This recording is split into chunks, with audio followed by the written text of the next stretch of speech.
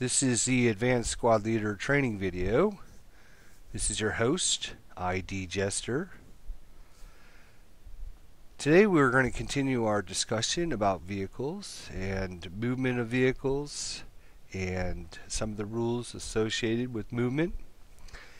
As usual, I want to let you know that what I'm covering here is basic overview of the rules. There are subsections in the rule book talking about restrictions and some special rules associated with some of the things I'm going over. So please do read over those sections to get any specific information that maybe I didn't cover in this video. To start with, we're going to talk about vehicle movement, and the basics for vehicle movement is rather simple.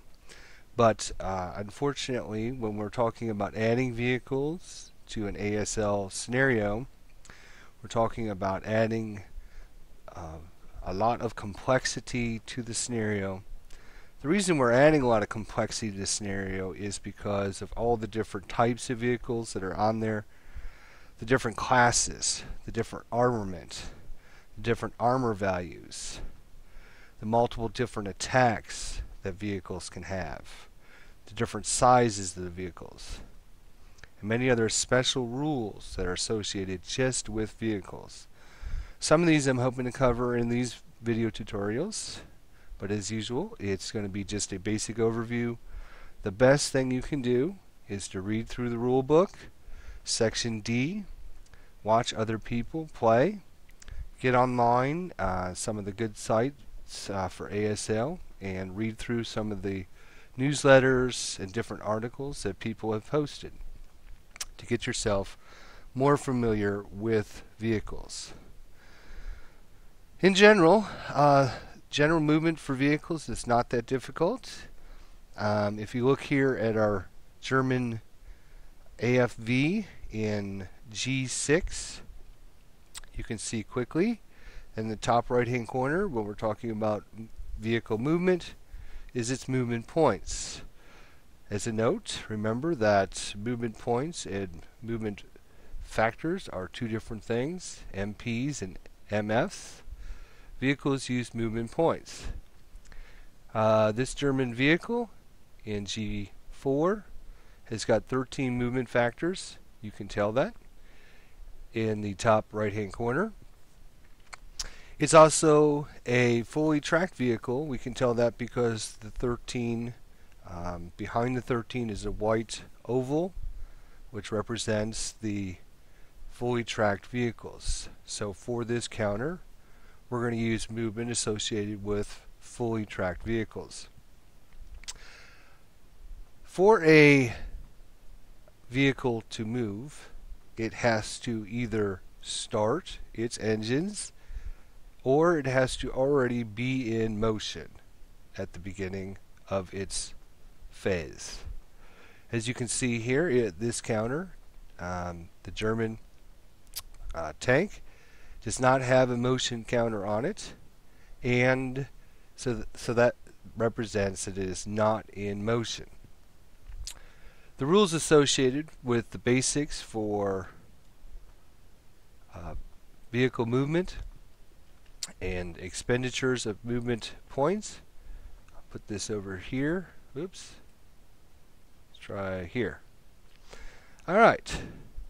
So, 2.12, starting. A vehicle not under a motion counter must expend one movement point to start movement before entering a new hex or changing its VCA, which again is its vehicle covering arc, during the movement phase. Unless reverse movement is declared, forward movement is always assumed. This starting movement point expenditure is considered to take place in the currently occupied hex, and therefore is subject to defensive first fire in that hex, although at that point the target is not a moving vehicle, which we'll get into later. Starting movement point expenditure is not necessary if entering from off board because all units are assumed to have been set up in motion. So this vehicle here, I'm just going to minimize this until we need it again. Move it out of the way. This vehicle here is not in motion because it does not have a motion counter. So if this vehicle wishes to move, it must spend a movement point to start up. This counter has a black 13. This counter down here has a red 15.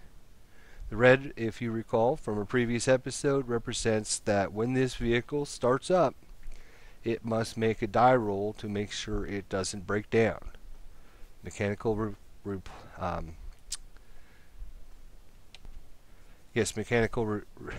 can't even say it. Mechanical reliability. Anyways, back to our unit in G4 here. 1 movement point to start up, and based on the vehicles must be aligned to one of the 6 hex spines in its hex. You notice that it's facing the G5 and H4. I'm going to move these in there. These represent the hexes that vehicle can enter in forward motion.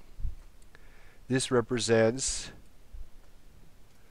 the hexes the vehicle can enter if it declares reverse motion.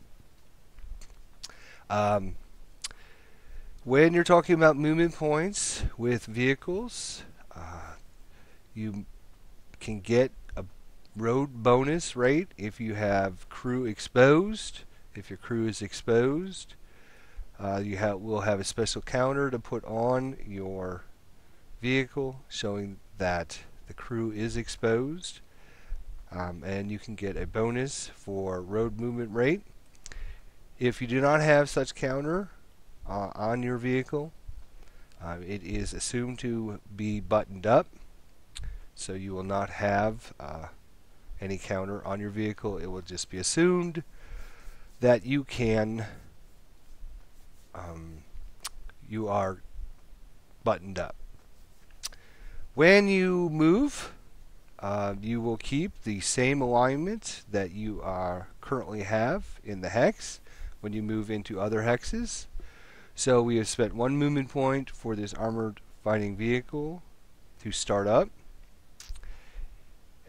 It will now move into H4, which costs 1 movement point. We're going to just assume the grain, it's December, so the grain is out of season at this point.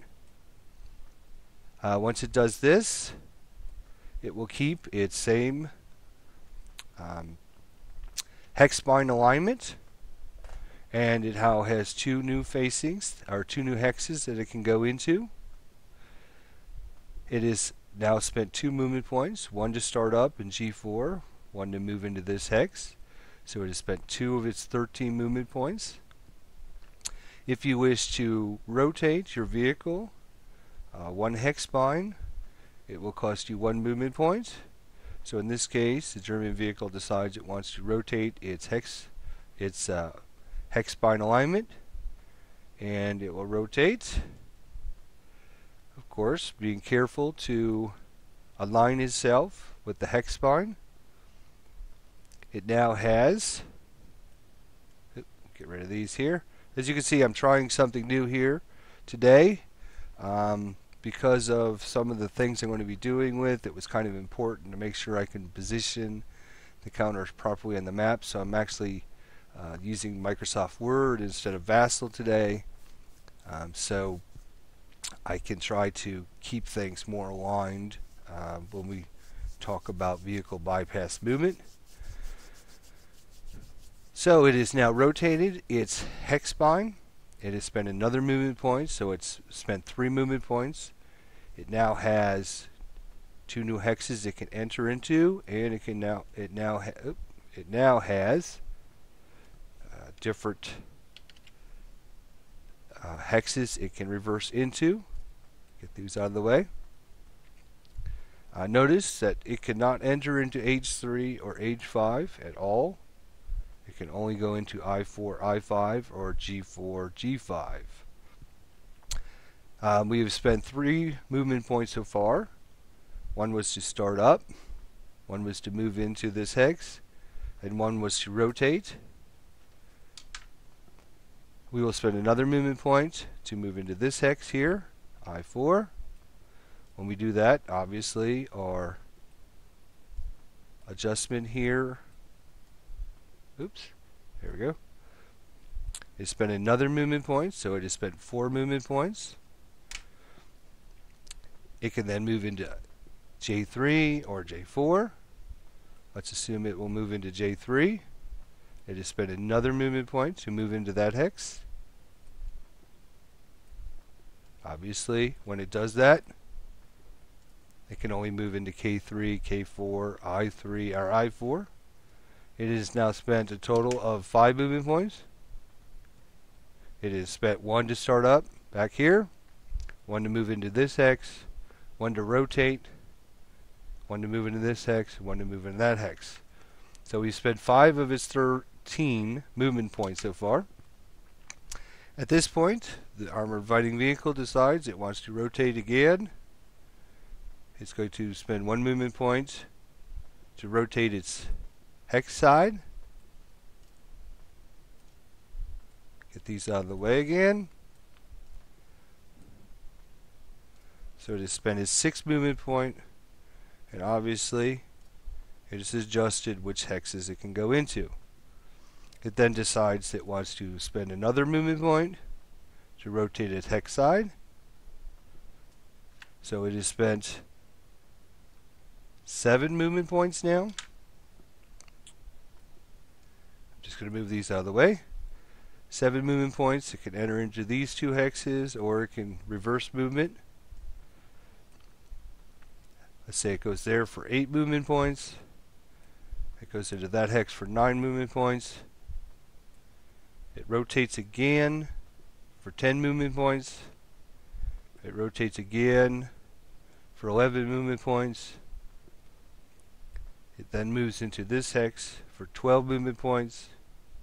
And it has 1 movement point remaining, and it should be noted that you can spend that last movement point on stopping the vehicle, which costs you 1 movement point, or you can spend it to actually do a movement.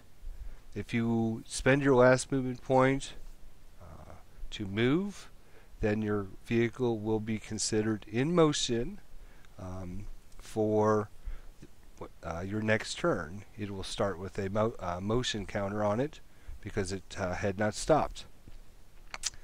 In this example, we'll go ahead and say that the vehicle moves up into there for its 13th movement, and it has completed its movement phase. Now, obviously, didn't get very far, did some very unusual things with its movement, but all those are valid moves that it can take. It might not have done the wisest thing, but for example purposes, we'll just assume that that's what it tried to do. When we talk about movement points for stopping, you can, let's bring up the rule again for these guys. When we're talking about stopping, a vehicle must spend 1 additional movement point in its current hex to stop movement, unless it's end its movement phase under a movement counter. So if it does not stop, spend a movement point to stop, it will get a motion counter at the end of its movement phase. If it stops sometime during its move, it may begin to move again during the movement phase if it has movement points remaining, but of course has to pay another starting movement point to do so. Even though the vehicle is stopped, the vehicle is considered a moving target if it entered a new hex or hex side anytime during that player turn or began its moving phase in motion. So once you start your vehicle, you have spent a movement point, you're not actually considered in a moving target yet, but once you've rotated your hex spine or moved into a new hex, you are considered a moving target until the end of your turn. For reverse movement, occasionally a vehicle may wish to leave its present hex without directly entering the hex. Those were those yellow counters I had out there. The movement point costs is quadruple the normal movement point entry cost for tracked vehicles, triple for trucks, and double for most armored cars. Again, the different types of vehicles come into play when you're playing a scenario with different kinds of vehicles. You have to remember what the movement cost is for each of those different vehicles, and that's where some of the complexity for the situation comes in. Of course, your reverse movement modifier would also be applied for total cost of entry to that hex, including any penalties for any purposes other than stopping or starting. The other thing we can talk about when we're talking about movement is another important aspect of vehicle strategy is the delay process. The expenditure of movement points without moving is termed delay and can be only used while the vehicle is stopped or using platoon movement. So that's very important in that you can delay, but you can only delay while your vehicle is stopped or you're using platoon movement. This is usually done to increase your movement point expenditure in the line of sight of a target. And hopefully we'll get into some of that later when we start talking about penalties for attacks.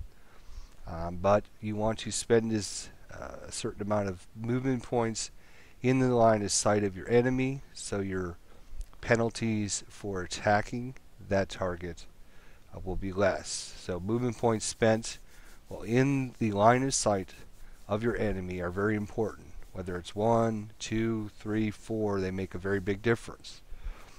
So for example, let's just move this out of the way again. Let's say in this case, the German vehicle had actually started the scenario, this part of the movement phase right here. And it's now the German movement phase. It can spend one movement point to start its vehicle. It would then spend its second movement point to move in here. So it spend 2 movement points. It will then spend its third movement point to move into this hex. It would then spend its fourth movement point to stop. So it spent 4 movement points so far and is now stopped.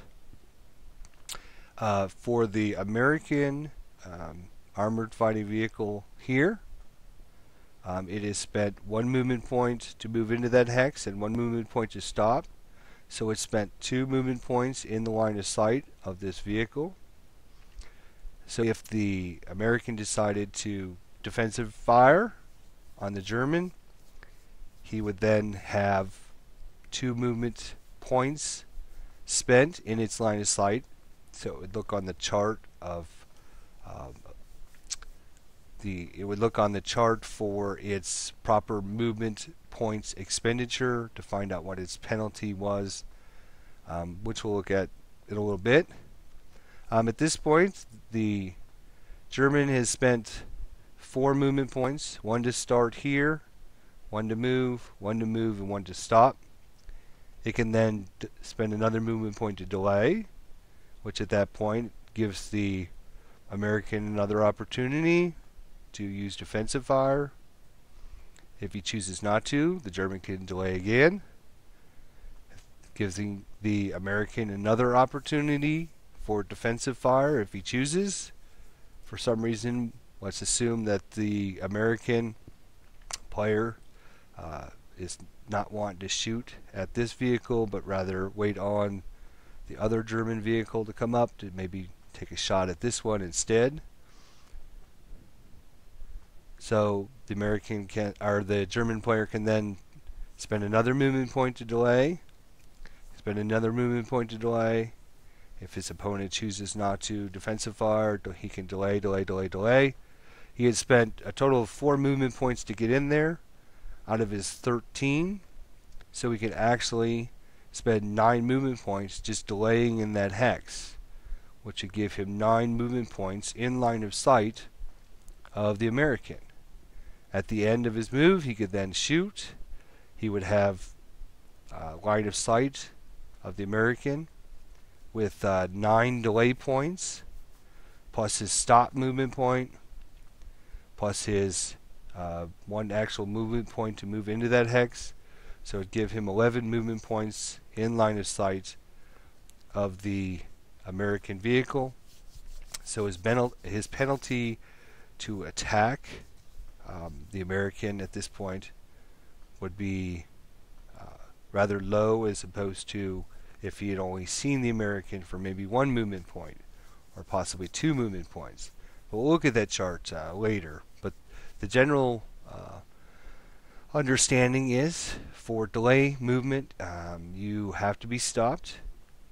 When you spend a delay movement point, your opponent has an opportunity to react to that movement point if he wishes. So in general terms, I'm going to just move the German out of the way here. If he was to start his turn, it's now the German turn again. We're going to start over. He can spend 1 movement point to start. 1, 2, 3, 4, 5, 6, 7, 8, 9, 10, 11 to rotate, 12 to move into that hex, 13 to stop. So there's many different things you can actually do. I could sit here for hours to show you all the different options, but he could do something like, let's go 1 to start, 2, 3, 4, 5, 6, 7, 8. Then he chooses to go into reverse movement and cost him 1 movement point to go into reverse movement, so he's up to 9. And then it's 4 times whatever the cost of terrain is. And here you can see it's a clear hex. So 1 times 4 is 4. So for 9, he spent 9 to go there, or he spent 8 to go there, 1 to go into reverse movement, and then another 4 to move into this hex. He would spent his 13 movement points, and he would get a motion counter at the end of his move on his vehicle. Again, you can start and stop as many times as you want in your turn, but as soon as you make a hex bind change or enter into a new hex, you're considered a moving target for the remainder of your player turn. So even for defensive fire purposes, you are considered a moving target. And as we will learn later, hitting a moving target is extremely hard, and moving, attacking while you're moving is extremely hard. And if you put those two combinations together, where you are moving and the enemy is moving, it is extremely, extremely hard to hit anything in ASL. But we'll get into a little bit of that here later on in this video. So you have delay, 1 to start up, 1 to stop, 1 for a hex bind change, and 1 for 4 times whatever the cost of terrain is to move backwards. We're talking just about clear terrain here. Obviously, if you had other kinds of terrain, you would have to look at your terrain chart to see what the cost of terrain for a vehicle to go into. One of the things of note is that a certain terrain can cause a vehicle to make a bog check. So if I was to go into this woods hex here, I would have to make a bog check to see if my vehicle bogs down into the woods. So look at your terrain chart for your different classifications for your vehicles. Some terrain is a bog for a half track but not a fully tracked vehicle, and so you'll just have to study that chart and get used to the different kinds of terrain that are out there and which vehicles could possibly bog and not bog in those terrains. Okay, another thing we'll talk about during this episode is vehicle bypass movement. If you watch my video, one of my previous videos on bypass movement, there's actually a section in the rule book talking about vehicular bypass movement, section 2.3 in the D section of the rule book. We're talking about vehicle bypass movement. There's a lot of restrictions and rules associated with that. Again, I'm going to cover some of just the basic overviews of that. Hopefully with my video and reading through the examples in the rule book, some of it might become a little more clear. It is now the German movement phase. This vehicle in H7 has decided that it wants to move.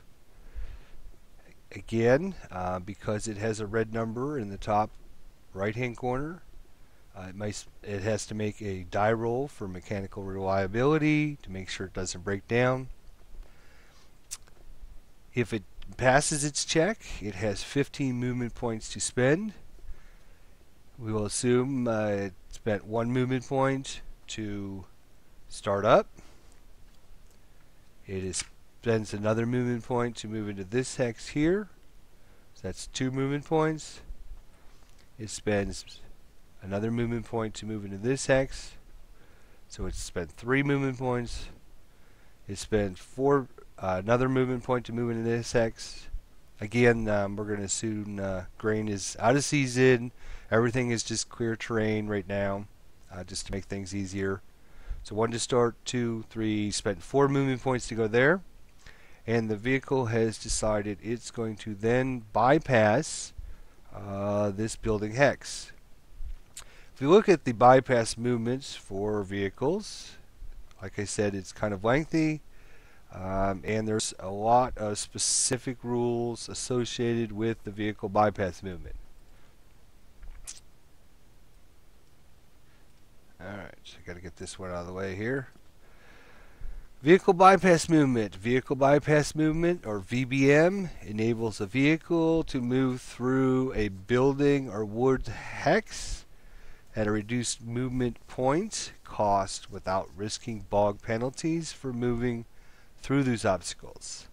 The movement cost of the VBM is double that of the normal non-obstacle terrain, which is usually open ground, per hexside traversed. So in this case, if we look back at our vehicle here, move out of the way please. There we go.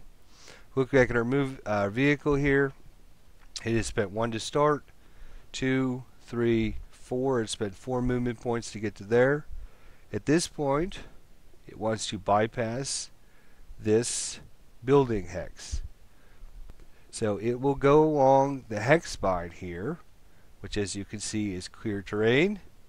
So it's going to spend double the normal cost. So it's going to spend 2 movement points to move along this hex spine right here and bypass this building.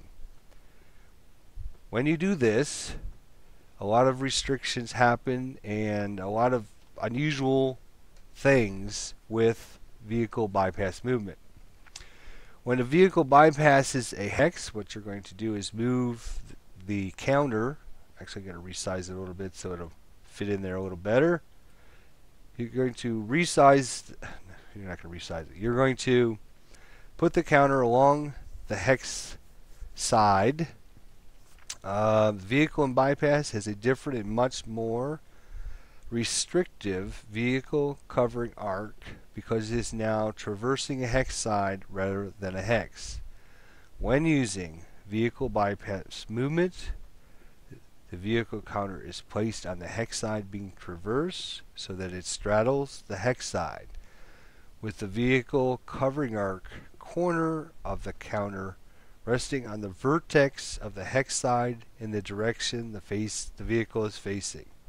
This vertex is called the covering arc focal point and is the point in the hex where all fire to and from the vehicle is traced while using vehicle bypass movement or stationary bypass in that hex.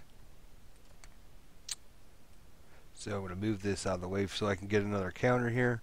So what does that mean in English terms? This point right here, where these three hexes intersect, is now your covered arc focal point for your vehicle. And that will represent where all the fire to and from this vehicle is going to be traced. You no longer trace it to the center dot. You're going to trace it to this spot right here. The other piece of note when you're in vehicle bypass such as this, you have a restricted turret covering arc while in bypass. A vehicle in bypass only has 4 points on which to base its turret cover arc, which is going to be the cap, I call it the CAF, the CAFP, which is the front of the vehicle. You can position it in the back of the vehicle or one of the two sides of the vehicle. If I can minimize this again and get out my little counter here, you can position it so that your turret cover arc is actually facing to the forward. You can face it in one of the sides so it's facing that way. You can face it to the back, and you can also face it to the bottom. So unlike when you're in a normal hex and you have 6 different hex spines that you can point it to, when your vehicle is in vehicle bypass mode, you're actually going to only be able to position it into one of the 4 different corners of your vehicle. And this is going to have some special rules associated with it as well. Obviously, this is a quite unique and different situation. I'm going to have to make that a little bit bigger here. Okay.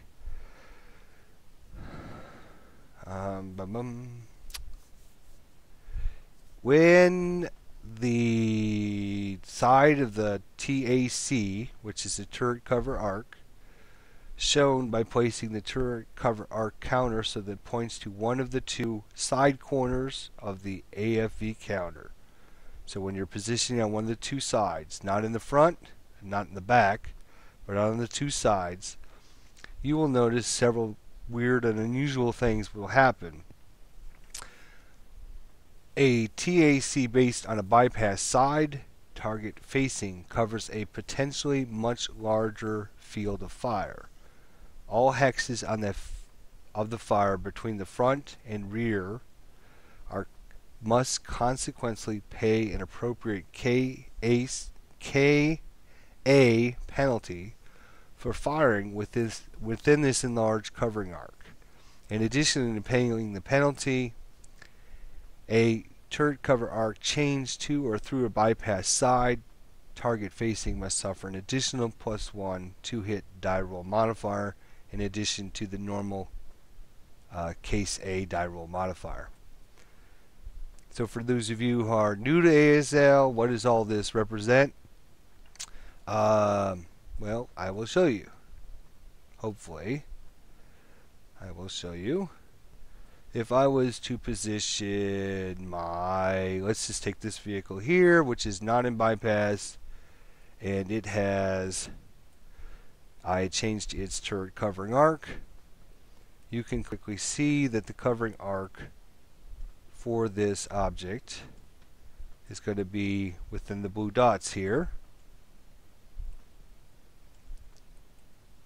Oop, I didn't mean to do that. Undo.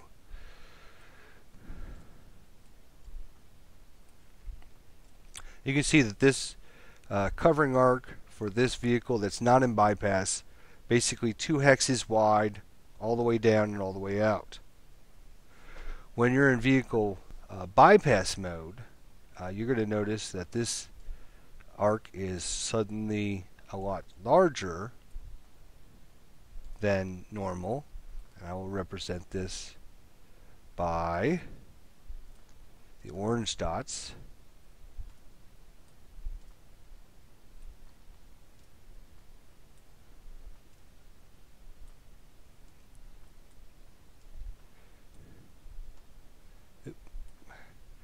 You can quickly see that this arc is much bigger than this arc here, because you're in vehicle bypass mode here. So if you were to turn your turret, if you have a turreted vehicle, and you were going to shoot out of this arc, there's an additional penalty because there's so much room in this space. Otherwise, it would give vehicles in bypass modes an unfair advantage. So when you're in the vehicle bypass mode, excuse me, in the bypass mode, only when you are attacking either one of the sides of the vehicles, not the front or the back of the vehicle, but only on the sides of the vehicle, you're going to pay a penalty of an extra +1 die roll modifier for your covered arc, bonus cover arc. So not only do you pay the penalty for covering arcs, case A, but you get an additional +1 die roll modifier, which again, there's some restrictions on this. Once you acquired a target, you no longer have to pay that penalty. So once you've zoomed in on your target within this large covering arc and have acquired that target, then you no longer have to pay that additional penalty. So vehicle bypass movement again is 2 movement point, or I'm sorry, double the normal movement point cost for whatever the terrain is. Normally it's going to be clear terrain. So in this case, for each hex side you follow along, it's going to cost you 2 movement points. So again, if we quickly go back to our example here, I believe this vehicle started here. 1 to start, 2, 3, 4. It then enters bypass mode, moves into the hex side there for 2 movement points, so it has spent 6 movement points. Its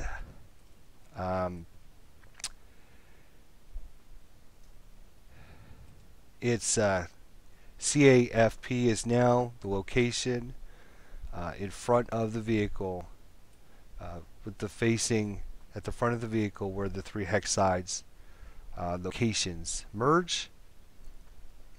If this vehicle then decides to move into this hex here, it would cost him 1 movement point. But let's say, for example, that he decides that he wants to then traverse down the L6, M6 hex side down here. He wants to traverse down this hex side. He needs to spend 1 movement point to change his vehicle covering arc.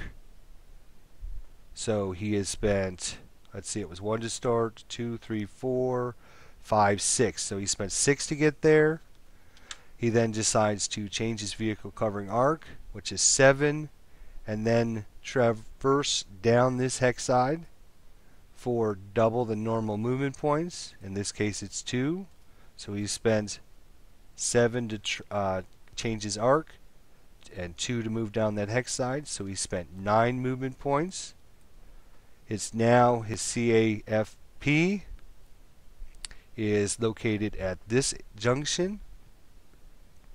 And then the vehicle decides to move into this hex here, which costs 1 movement point. So he spent 10 movement points. It then decides it wishes to turn its vehicle covering arc, which costs it 1 movement point. He is now up to 11. He will then spend 1 movement point to stop, which is 12. He will then spend a movement point to delay, 13. He will delay again for 14. He will delay again for 15. Now that he's been in line of sight of this vehicle for 4 movement points, he will then take a bounding fire attack against him. Of course, anytime that you spend a movement point, your opponent has the chance to defensive fire against your vehicle. So anytime you spend movement points to delay or to start your vehicle or to stop your vehicle or to enter hexes, you must announce how many movement points you're spending. Give them a few seconds to see if they want to intervene. If they do not wish, then you spend another movement point, another movement point, another movement point, until you then declare what you are going to do. Well, hopefully this has been helpful for you on the movement. Basic vehicle movement is not too complex. When you start getting into the different kinds of vehicles and how many movement points it costs to go uphill, to enter certain terrains, whether it's a bog check, whether it's not a bog check. One other thing when we're talking about movement first, you can spend as many movement points as you want to enter into a hex. You can spend additional movement points. So in this case, remember you can only delay when you're stopped. Let's say this vehicle here, I'm going to move these out of the way for a second. This vehicle here spends 1 to start up. It spends 1 to move in there, so it's at 2. It spends 1 to move in there for 3. It spends 1 to move in there for 4. It spends 1 to move in there for 5. And then it says, I'm going to spend 9 movement points to move into this hex. So at this point it spends 9 movement points, so 5 plus 9 is 14. So it spent 9 movement points to enter into this hex. And then it would have 1 movement point left where it can either move again or stop or whatever it chooses to do. So if you're in motion and you want to spend additional movement points, normally you would do that so you can be out of the line of sight for less points. Let's see if I can explain this. You want to stay out of the line of sight of your enemy, and you don't want to delay and give him a better chance. So basically, this vehicle can move up during his movement, and then at the end it can stop, delay, and try to attack this vehicle. But in reply, that this defensive vehicle would get opportunity fire or defensive fire against him. As opposed to doing that, he can also do where he's going to spend all of his movement points first and then just pop in there at the end. So he can spend 1 to go, or 1 to start, 2 to go there, 3 to go there, 4 to go there, 5 to go there. Or actually it's going to spend, because he knows that this hex here, the American will then be able to fire on him, and he wants to enter this hex without many movement points, so that this guy doesn't have a chance to spot him in line of sight for many movement points. So he's going to want to spend all of his movement points to enter this hex where the American can't see. So in this case, I'll start again. 1 to start, 2 to move here, 3 to move here, 4 to move here. He's going to spend 10 movement points to move into L5. So he spent 4, he's going to spend 10 more to move into here, which is out of line of sight. Then he's got 1 movement point left. He's going to go into this hex for 1 movement point. So this guy is only going to be able to see him for 1 movement point. So he's going to take a severe penalty to try to hit him. Not only that, he's only seen him for 1 movement point, and this vehicle has spent all of its movement points, so it's actually going to receive a movement counter. So this vehicle is still in motion, or in movement. This vehicle has only saw him for 1, so if he defensive for first fires at this unit, he's going to be taking severe penalties to do that. So there's situations in where you would want to delay. Normally you want to delay where you want to spend time in the enemy's line of sight so you have a better chance to attack it. And then there's times where you want to spend more movement points entering into a hex so that when you finish your move, your enemy will not have many movement points with you in its line of sight, so that its chance to hit you is severely diminished.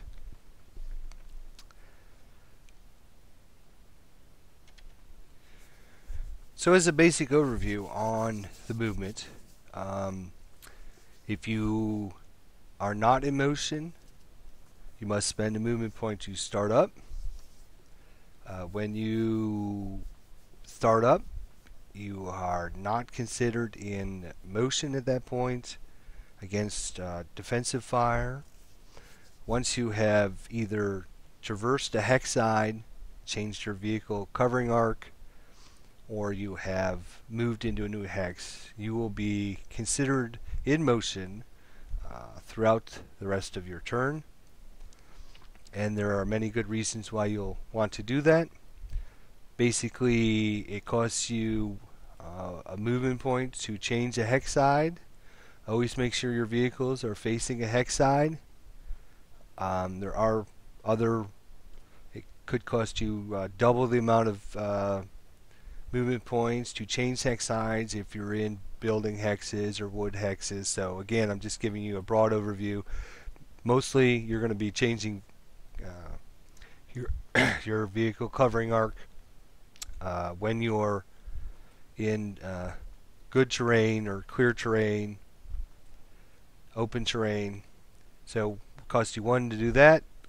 Whatever it costs you to enter into the hex, normally clear terrain 1.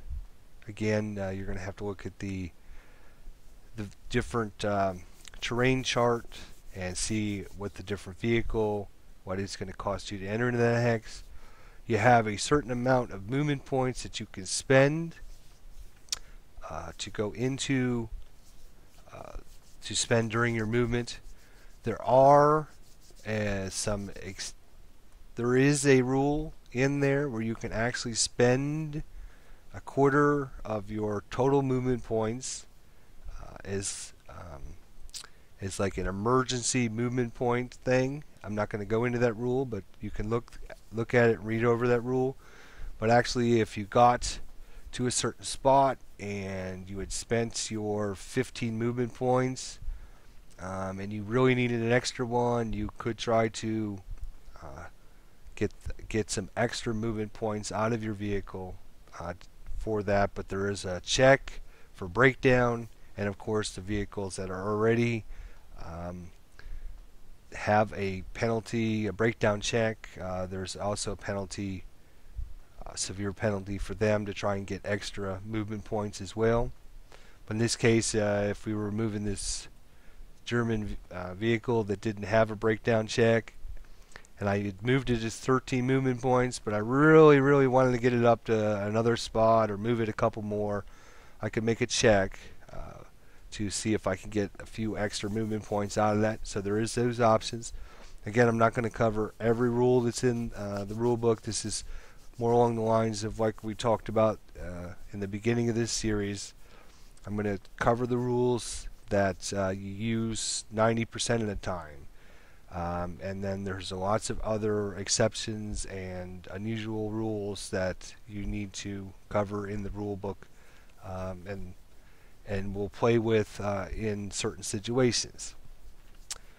When we're talking earlier about attacking different vehicles and penalties and bonuses and all that, I had mentioned that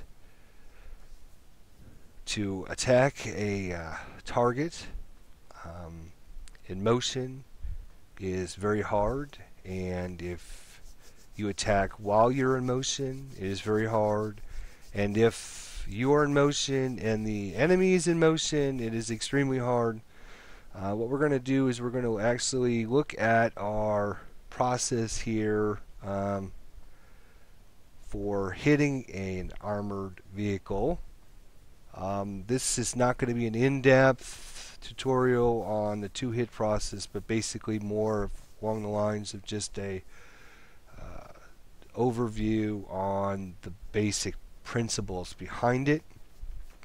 You will see here the basic principles behind the two-hit is, unlike infantry where you add up your firepower and you roll on the chart to see if your enemy needs to make a morale check or any kind of defensive checks, or if you've killed them or whatever, as opposed to that, when you're talking about vehicles or guns, they use a different process where they are trying to secure a hit against the enemy. The first thing they have to do is find out whether or not they actually hit the enemy during their attack.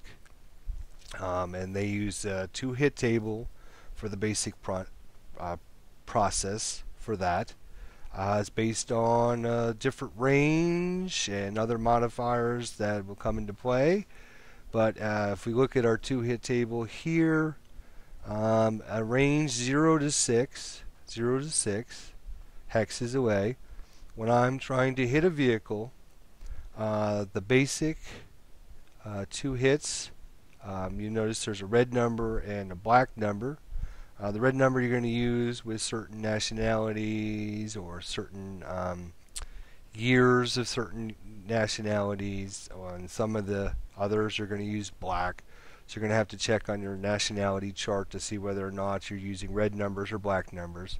But in this case, you can see that from range 0 to 6, all the numbers are the same. So it doesn't really matter if you're using red or black for this scenario.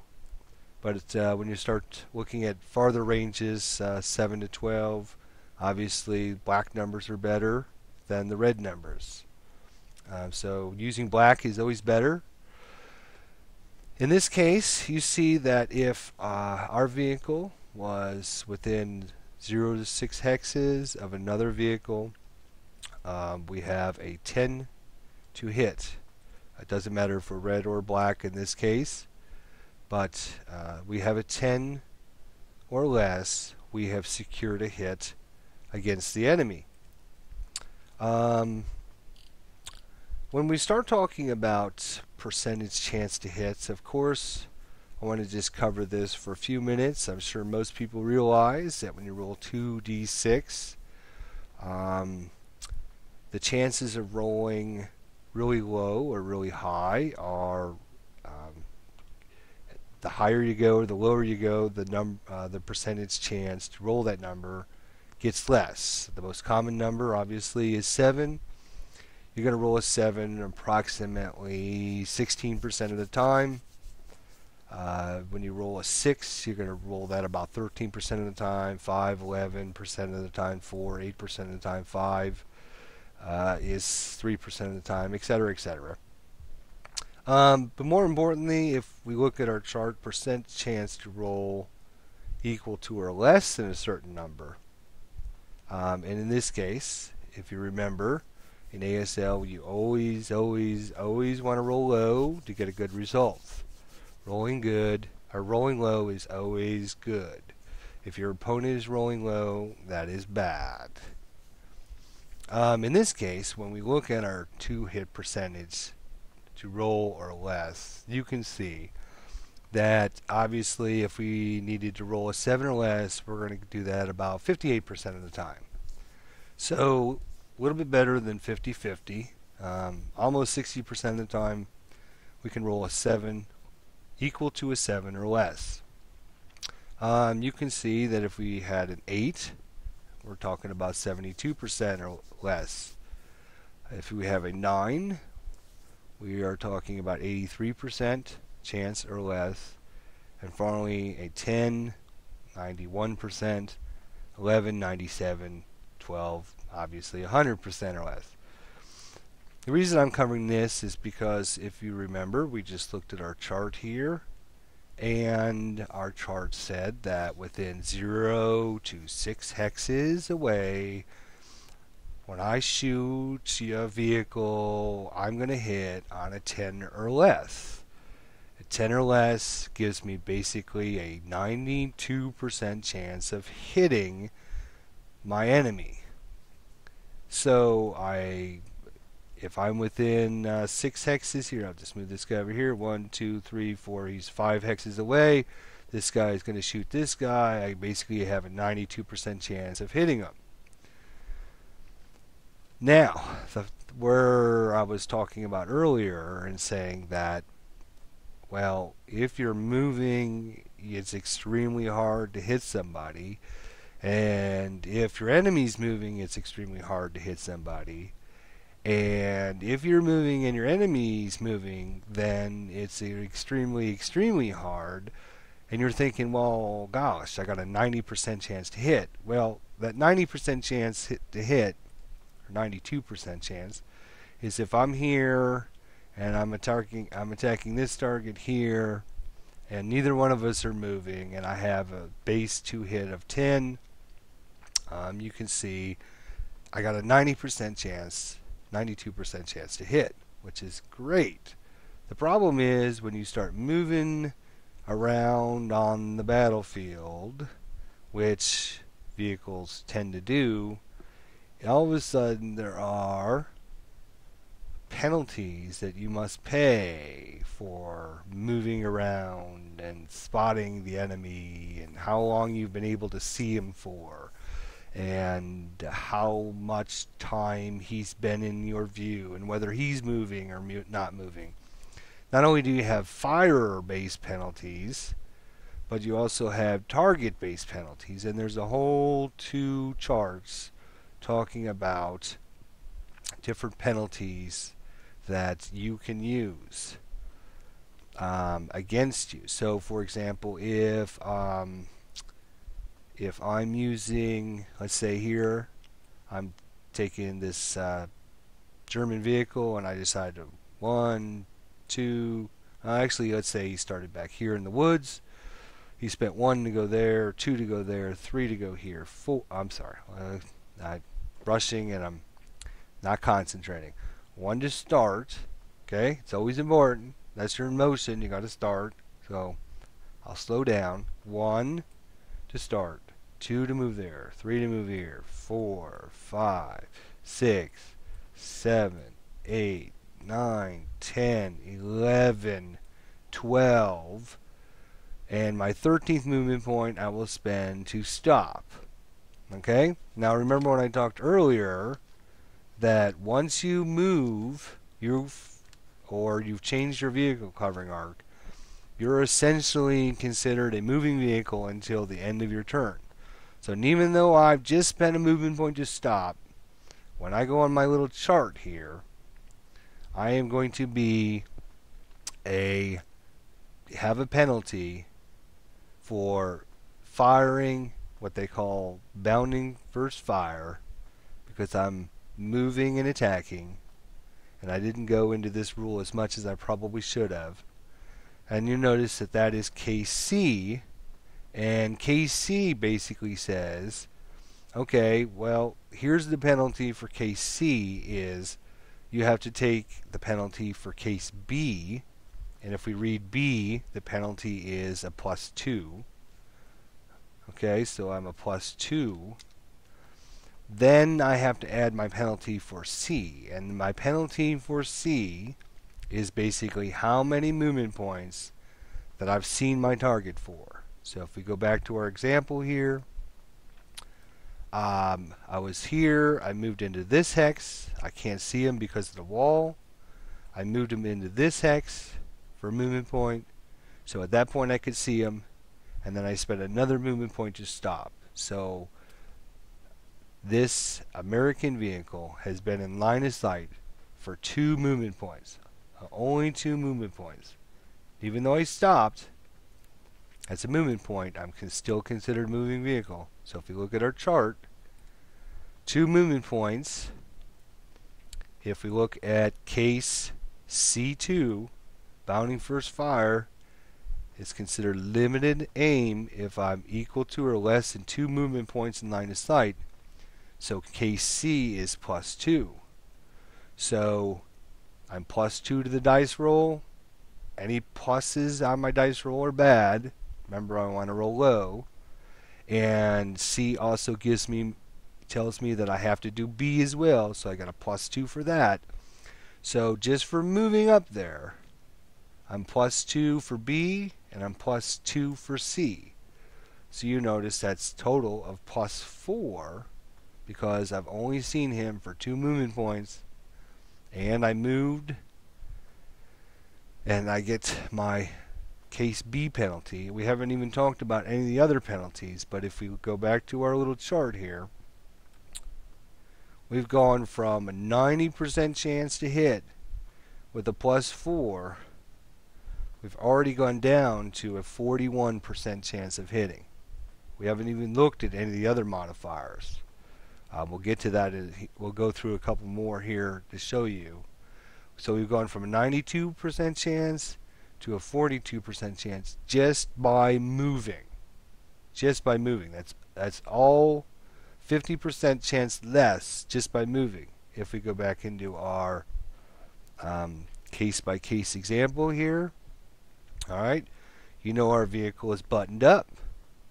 Our vehicle is buttoned up. If it wasn't buttoned up, it would say crew exposed. It would have a crew exposed counter on it. So we know our vehicle is buttoned up. Anytime you take an attack with a vehicle that's buttoned up, that's a +1. So we got +4. We got +1 for being buttoned up. This vehicle here, at this point, you recall from a previous video that some of the numbers on the right hand side of the counter that talk about the armor factors can either be white or red.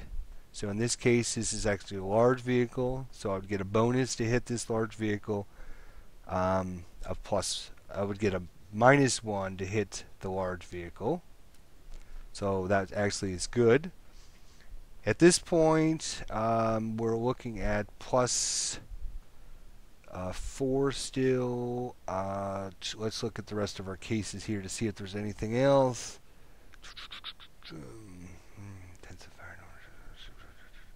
Buttoned up, which we already talked about. CX. Okay, so just for the fire, we have +2 for B, section B. We have +2 for section C2, which is another +2.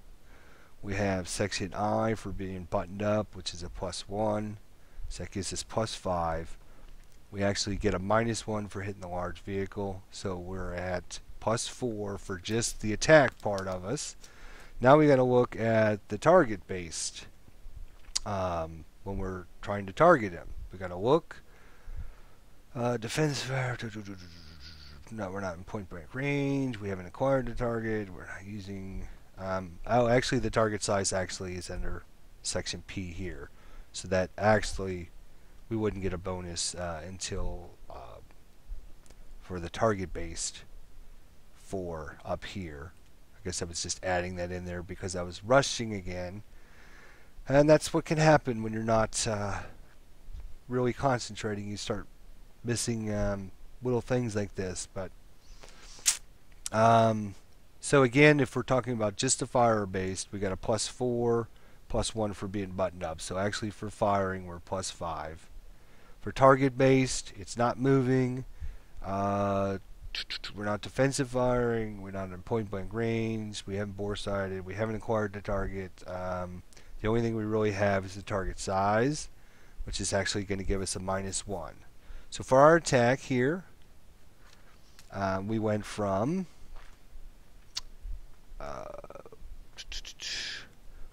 a 10 down to a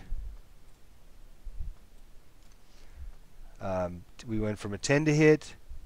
With our +4, we're basically going to lose 4 points to our attack. So if we roll a 6 +4, that would be the highest number we can roll.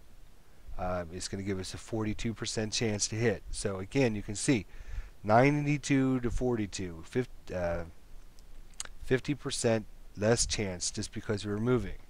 So I told you it was hard to hit when you were moving. Basically going to lose 50%.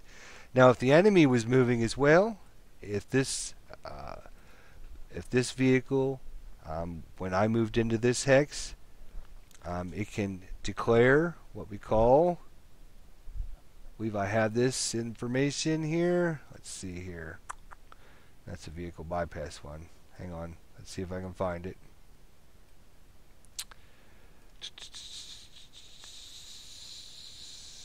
Is it this one? Reverse movement? No, that's the other one. That's what happens when you try different things. Okay. Nope, that's not it either. Okay. Well, anyways, this vehicle here can actually try a motion attempt because a vehicle has come into line of sight that had started out of line of sight. Basically, it's going to make a single die roll equal to or less than the amount of movement points that were spent in its line of sight. So in this case, I spent 1 to move in here. I spent 1 to stop. At that point, the American can try a movement attempt. If he was to roll a 1 or a 2, he would be successful and his vehicle would automatically go into motion. Why would the American want to go into motion? Well, if we look at our chart again, the reason he would want to go into motion is that all of a sudden he becomes a very tough target to hit. We would talk about a moving vehicle. Moving vehicle gives us another +2 when we're trying to target an enemy vehicle. So all of a sudden our +4 goes to a +6. We're not defensive firing. I'm looking to see if there's anything else. Point blank range more acquired the target using headers movement. Target size modifier, which we just talked about. TEM, if that vehicle or unit was in a hex. Line of sight hindrances. So all of a sudden, with this other +2 to our attack, so all of a sudden we've gone from +4 to +6, which means the highest number we can roll with our +6 to hit is a 4. 4 plus a 6 would give us a 10. So we've gone from 92% chance to hit down to a 16% chance of securing a hit because we're moving and the enemy vehicle is moving.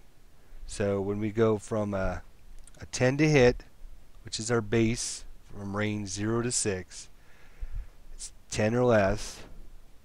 We take our penalties for moving. It goes from 91 to 41. And then if the enemies are moving and we take a penalty again for that, we go from 41 to 16%. So basically, in essence, when I was talking about it being very hard to hit, if you're moving, your really good shots from 92 are going to become really hard like 40% chance. And if the enemy's moving, it's going to drop even farther. You're going to go from 40% chance down to about a 15% chance. So you can see just by movement and with our vehicle, our penalties, and the movement penalties for shooting a moving target, we've gone from a 91% chance, 10 or less, down to a, with our +6 that we need to roll on our thing, the highest number we can roll for a hit would be a 4. We've gone from a 91 down to basically a 15% chance. So we've gone from a really good chance down to almost impossible to hit, based upon the different modifiers that are going to apply in the different chart penalties. We haven't even talked about things such as having to move your turret, penalties for that. If you've got line of sight penalties in the way that are going to obscure your vision, and you're going to take penalties from that. So pretty soon you're 10 or less, and all of a sudden you're rolling +8 or +9 to your attack dice roll, which means you can only hit if you roll a 2 and get a special a dice roll after that and get the special hit on the improbable hit. So basically what I wanted to cover in this tutorial video and kind of go over broad strokes and talk about just in general terms movement for vehicles, starting, stopping. You can start and stop your vehicles anytime during your movement as long as you have movement points left. You talking about delaying, you can spend movement points to delay, to go into a hex and spend some movement points to delay, but you can only do that when you're stopped. You can spend more movement points than necessary to move into a hex if you want. You will either end your movement by spending a movement point to stop or delay at the end, or you will spend you will stay in motion. If you do not stop, you will stay in motion. So if you're not worried about stopping, you can spend all your movement points. You don't have to worry about delaying. You can just spend them all. You'll stay in motion. The problem is, what we just showed you on those charts, if you're in motion, it's going to be hard for you to hit. It's going to make the enemy, it's going to be hard for the enemy to hit you as well, but you will be hard to hit as well if you're in motion. You will stay in motion. So in general terms, what you want to do is, if you can, you want to move your vehicles up and stop them. So when it's your opponent's turn, act. When this guy, you notice he's not in motion. I was in motion as I moved up here during my turn, moved up here, but at the end of my turn I'm no longer considered in motion. It's now the American's turn. The Americans have a choice. He can either prep fire with this vehicle here and hope to kill this vehicle. If he doesn't and he chooses to move, as soon as this vehicle starts up, he spends a movement point. At that point, the German decides to defensive fire on him. When he defensive fires, even though this guy has started his vehicle, he's not considered in motion, so there's no penalties for that. This guy, you notice, is no longer considered in motion because it's now the American's turn and he does not have a motion counter on him, so he's no longer considered in motion, so he's not going to take any penalties for that. As soon as he attacks him, he's going to be, or as soon as this guy spends a movement point to start his vehicle, he's not in motion, so there's no penalty for that. He's within 6 hexes, so it's a base of 10. We got a +1 because this is a large target, because he's got the red number in his armor factors. So all of a sudden it goes from a base 10 to base 11. We are defensive firing, so there will be some penalties for defensive firing.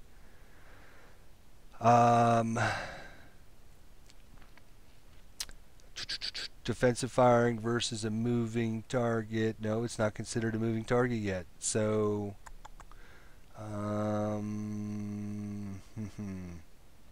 target size penalties.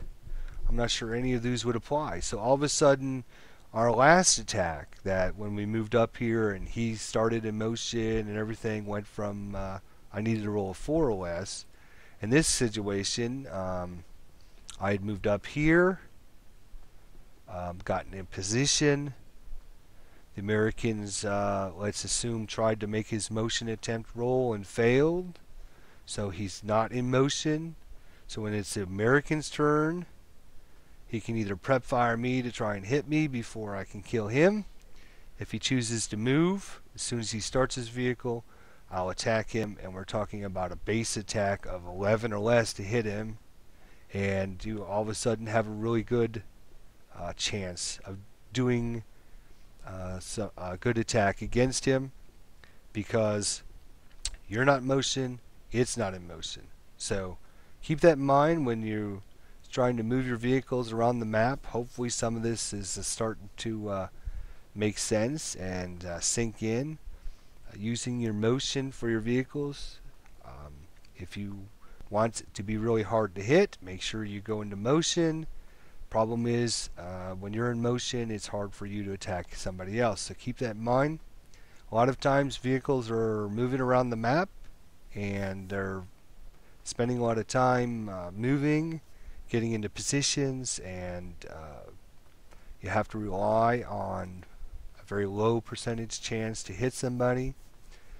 But that's just the ebb and flow of Advanced Squad Leader, and some of the tactics that you can get into when you're talking about vehicles is using your delay movement points when you're stopped so you can see the enemy longer, or to spend your movement points to enter a hex, spend more movement points than it requires so that the enemies cannot spend a lot of time in line of sight of your enemy, so he will not get a bonus to attack you. Bypass movement. We talked about bypass movement. Basically, keep in mind a lot of restrictions on bypass movement.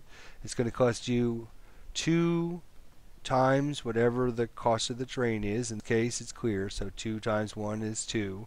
So it costs you 2, but unlike squad, it's where a squad can do up to 2 hex sides a vehicle, it costs them 2 per hex side. When you do this, if you change your vehicle covering arc, or I'm sorry, your turret covering arc, remember there are a lot of rules and restrictions for that, which I talked about with the dots. When you are in bypass mode, one of the things I did not say, vehicles, unlike squads, can actually end their movement in bypass mode. Unlike squads cannot voluntarily end in bypass mode. Vehicles can voluntarily end their turn in bypass mode. If you're in bypass mode, remember you have restrictions on your turret covering arc. You can only face one of the 4 corners of your counter, and there are some restrictions when you're actually shooting on the side with your turret. Speaking of which, when you're in bypass mode, there are some restrictions on where your vehicle covering arc can be. So in this situation, I can't actually have vehicle covering arc in bypass mode, pointing towards this hex side. There are some restrictions on where your vehicle covering arc can be, as well as your turret covering arc, which directions it can be.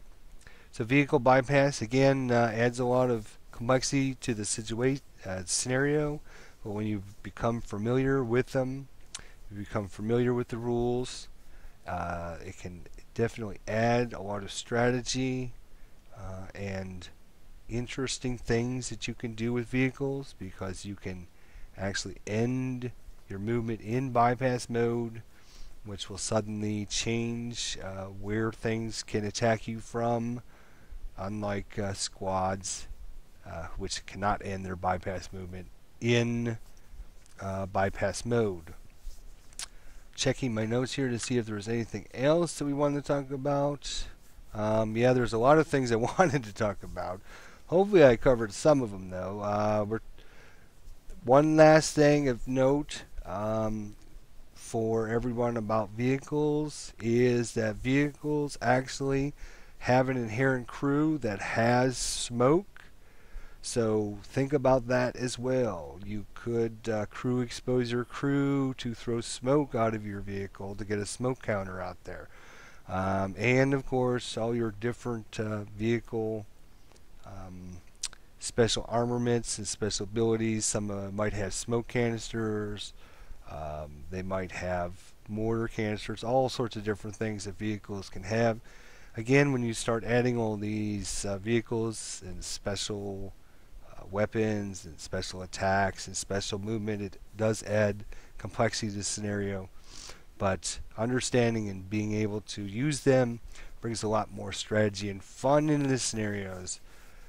And understanding vehicles is very important because 90% of the scenarios out there have some kind of vehicles associated with them. I'm hoping to do maybe just another video or two as a broad overview on the ASL system. Once those are done, then I'm hoping to actually get into a scenario, play it step by step, and see how that progresses. I notice these videos are suddenly getting a lot of play from people stopping in and checking them out. If you want some more videos, or if there's something that you think should be covered or talked about, please do leave a post on my YouTube account there, and I will see about trying to create a video for that. I'm more than willing to listen to what everybody has to say and see if there's ways that we can incorporate more of the ASL rules into video tutorials, and that would help new players and other players alike in being able to play.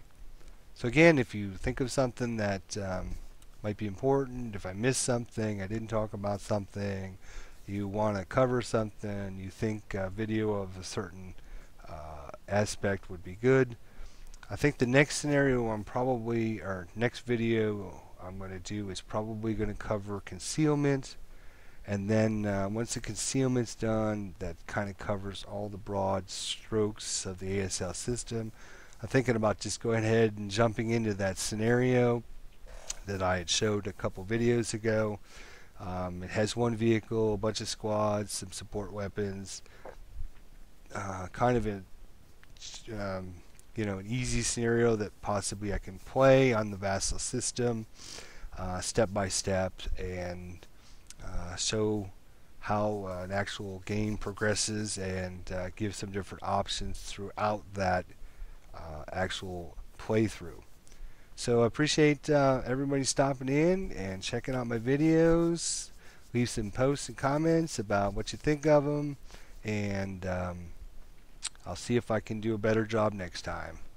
Well, until then, have fun playing some ASL, and this is ID Jester signing off.